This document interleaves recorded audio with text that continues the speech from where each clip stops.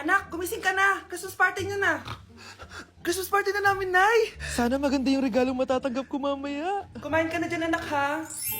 Ano meron, Nay? Bakit ang dami pong pagkain? Siyempre, anak, malapit na magpasko. Tara, kain na tayo. Niluto ko lahat ng favorite mo. Talaga, Nay? Hay, sana palagi na lang Pasko. Ay, may nangangaraling ata. Wait lang, anak. Nangangaraling po. Ang seselage awetan na witang handong sanga ng Pasko magmalaba joy joy. Merry Christmas po. Galing mo naman. No, ito, 10 pesos. Ayan na. 10 pesos? Ang ganda ng boses ko tapos 10 pesos lang bibigay mo sa akin? Alis na nga ako. Kuripot mo. Wow, demanding pa. A few moments later. Okay, class. Mag-exchange gift na tayo. Wow, ang bango na ito. Thank you. OMG, bagong bag. Alam mo talaga yung gusto ko, ah. Thank you. Nasaan yung exchange gift ko? Wala yung ka-exchange gift mo, be. Absent siya. Bawi ka na lang next year. Minsan na nga lang mag-Christmas. Absent pa siya. Okay lang yan, be. Huwag ka na umiyak. Paano na yung gift ko?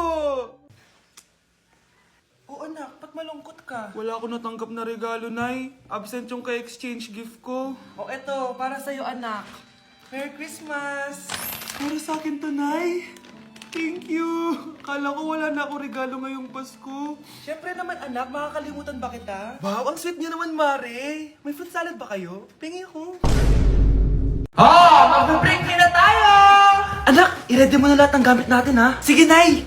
Bring me kulay red na brief! Ah! Meron ako! May nanalo na! Brief na kasama ko yan, ah! Be, di na ako love. Okay lang yan, be. Shop ka pa, oh. Love mo ba ako? Oo, be. Love ka namin. Bakit di mo ako love? Di mo alam dahil sa'yo ako'y di makakain. Ano ba yan dito? Ang ingay mo naman. Yung lukuin. Tulad ko na may pusong bato. Rosalinda! Mahal kita! Mukhang may handaan doon kina Kumari, ah. Di man lang ako in-invite. Balik ko nga yung plato niya. Ah, sige, kain lang kayo dyan. Uy, Mars, ito nga pala yung plato mo. Babalik ko na. Aba, salamat naman at binalik mo pa yung plato ko. Last year pa to, ah. Ngayon ko lang naalala, sorry. Mukhang masarap yan, Mars, ah. Pengin lumpia tsaka spaghetti. Baka gusto mo din ng fruit salad. Nakakaya naman sa'yo, no?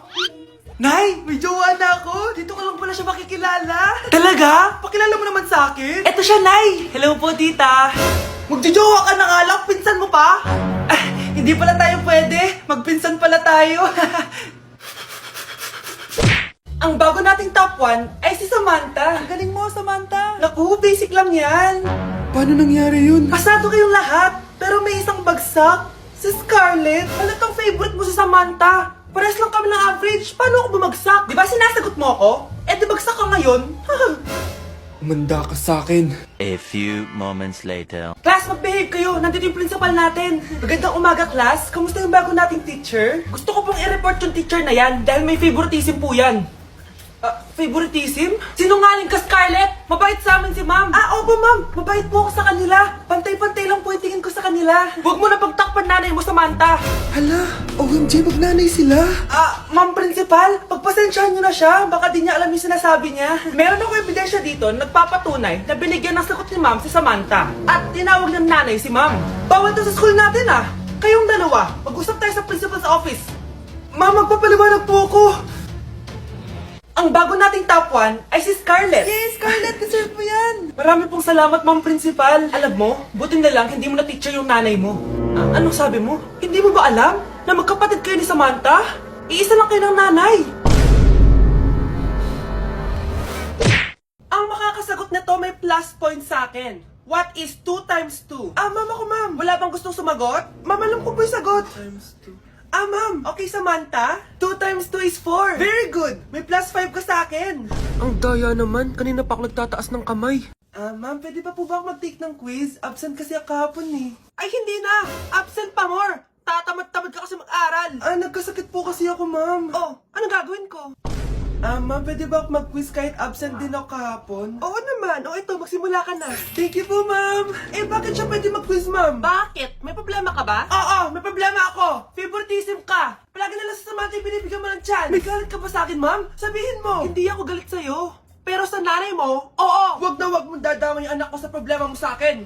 Nay, Anong meron? Yang nanay mo, pabida. Dapat ako yung top 1 ng high school kami. Alam naman natin dalawa na deserve ko talaga maging top 1. Hindi kagaya mo, binabayaran yung school para tumaas ang grades. Totoo ba yun, Nay? Sinungaling ka! Mana ka naman para sa nanay mo, Samantha. Nga pala, alam na ng principal yung pagiging favoritism mo. Good luck na lang sa'yo, ha? Ma'am, parang wala po ata sa lesson natin yung number 5. Ay, wala ba? O sige, bonus na lang yan. Thank you, ma'am. Ma'am, wala po ata sa lesson natin yung number 5. Oh, anong gagawin ko? Puro ko kasi daldalan, kaya di mo alam. No, favoritism si ma'am. May sinasabi ka? Ay, wala po. A few moments later. So, ganun lang siya kadali. Ma'am, pwede po pa-excuse? Sumasakit po yung puson ko eh. Sige, punta na lang sa clinic, may gamot doon. Sige po, ma'am. Nagets niyo ba, class? Ma'am, excuse po, sumasakit po yung puson ko. Ang arte mo naman. Konting sakit lang, excuse agad. Kapag di maganda, wag na mag-inarte. Kala mo naman ang ganda ni ma'am. Hello po, ma'am. Sorry po, absent ako kahapon. Nagkalagnat po kasi ako eh. Ganun ba? Sige, excuse na lang kita. Sige po, ma'am. Thank you po. Ma'am, excuse po. Nilagnat po kasi ako kahapon kaya di po ako nakapasok. Naku, tigilan mo ako ha! Walang isang araw na lagnat. Ang sabihin mo, tamad kang pumasok. Ikaw nga, palagi ka nga di pumapasok eh. Anong sabi mo? Totoo naman, ma'am. May favoritism ka. Susumbong kita sa principal. Maniniwala ba ang principal sa'yo? Wala ka namang ebidensya.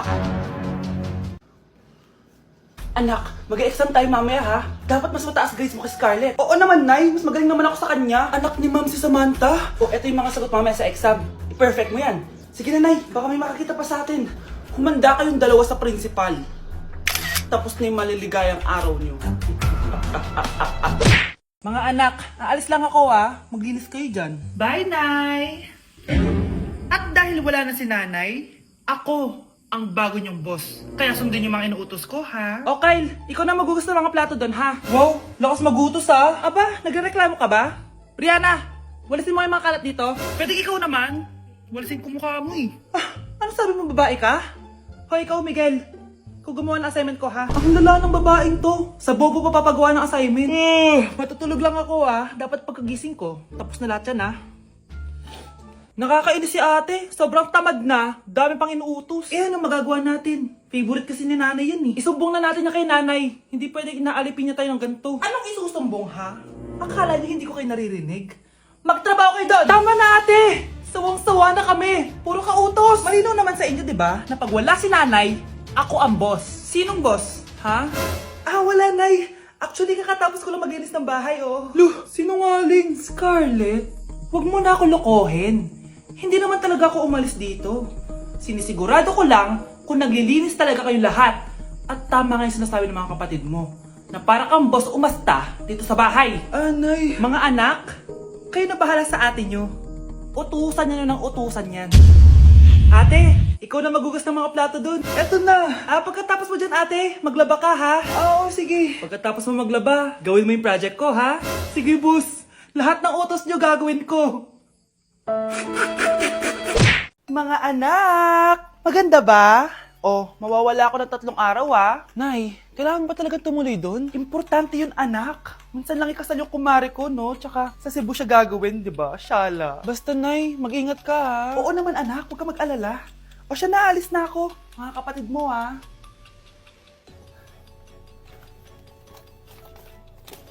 Saan yung wallet ko?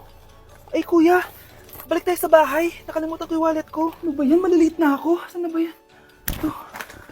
Ano ba yan? Oras na. Mabuhay, ma'am. Welcome to Air Philippines. How can I help you? Ay. Miss. Dito po ba yung flight VD415? Yes po, ma'am. Check ko lang po. As per dito, ma'am, nakaalis na po yung aeroplano. Ha? Hindi ako pwede malate sa kasal na kumari ko. Kailangan ko umabol. Ma'am, kailangan niyo po ulit mag-rebook ka. So, ang next available flight is bukas pa po, ma'am. Ano ba yan? Gawin mo ng paraan. Diyos ko, sayang lang pera ko. Wala palang kwenta tong airlines niyo eh. Uwi na nga lang ako. Sorry, ma'am. Nay, nandito ka na agad? Akala ko ba 3 araw ka mawawala? Di ayun, naiwan ako ng aeroplano. Alam mo, parang pinipigilan talaga ako ng universe makaalis eh. Nay, buksan mo yung TV. Ha? Bakit? Breaking news! Nandito tayo ngayon sa site kung saan nag-crash ang flight VD415. Ayon sa mga otoridad, walang nakaligtas sa mga pasahero nito. Kaya pala, kung nakasakay ako dun sa aeroplano na yun, patay na ako ngayon. For our last question, ano ang full name ko? Wala naman yun sa lesson ah. Siyempre, dapat alam niyo yung pangalan ko. Dami namang alam nito. Di ko maalala full name niya. Perfect na sana ako eh. Kapag di niyo nasagutan yan, minus 10 kayo sa akin. Aba ma'am, paano namin malalaman yung full name mo? Eh di ka naman nagpakilala sa amin. Ano ka, sikat? Artista? Ang lakas mo mag-minus kapag di nasagutan yung full name mo? Sige nga, ano full name ko? Kapag di mo nasagutan, ma-minus ko yung sweldo mo. Tsaka magagamit pa namin yan kapag nagtrabaho na kami? Di naman, diba? Pakin namin sa full name mo. Unang tanong, magbigay ng bagay na nagsisimula sa letrang K. Okay, Samantha? Kuko? Kuko is 3 points lang. Sayang. Okay, ikaw naman, Scarlett. Sisimula sa K. Kifi! Kifi is the top answer! Yes! Okay, next. Magbigay ng parte ng katawan. Scarlett, dahil ikaw ang nakahula ng top answer, ikaw ang mauuna. Pantog! Basic. Pantog is 10 points. Ha? Bakit 10 lang? Samantha, pwede ka bang bumawi? Parte ng katawan?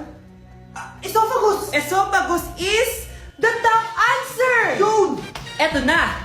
Sino kaya sa inyong dalawa ang mananalo ng 1 million pesos cash? Akin na tong 1 milyon. Humanda ka sa akin, Scarlett. Anak, ayusin mo. 1 milyon yan. Mauna tayo kay Samantha.